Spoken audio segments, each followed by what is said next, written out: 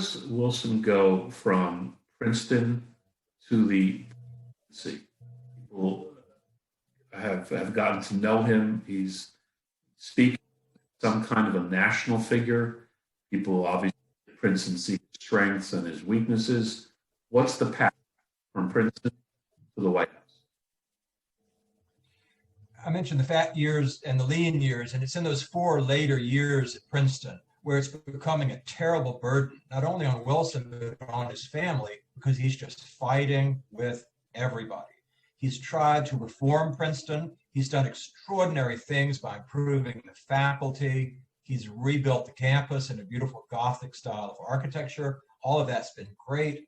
But then when he tries to reform student life, there's a huge pushback from the wealthy Republican families who've been sending their kids to Princeton, and they do not want this man that they think is a socialist to come in and tell their students who they should eat with and how they should spend their free time.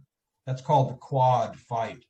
And after the quad fight grinds to a halt, Wilson loses. Then there's the battle over where to put the graduate college. And every Princetonian knows this is the most extraordinary academic feud in the history of higher education. And it ends up again with Wilson defeated. And finally, he's right on the brink. He's got to leave Princeton. He knows he's got to leave. And suddenly the opportunity to run for governor of New Jersey is right there. And the timing is extraordinary because this is the moment at which progressivism is sweeping across the nation.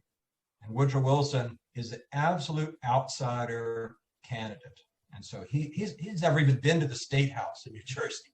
And he says, I'm running and I'm going to reform New Jersey the way I reformed Princeton. And that's just a springboard, as you know. He's not long at the governor's house. And in 1912, he's running for president.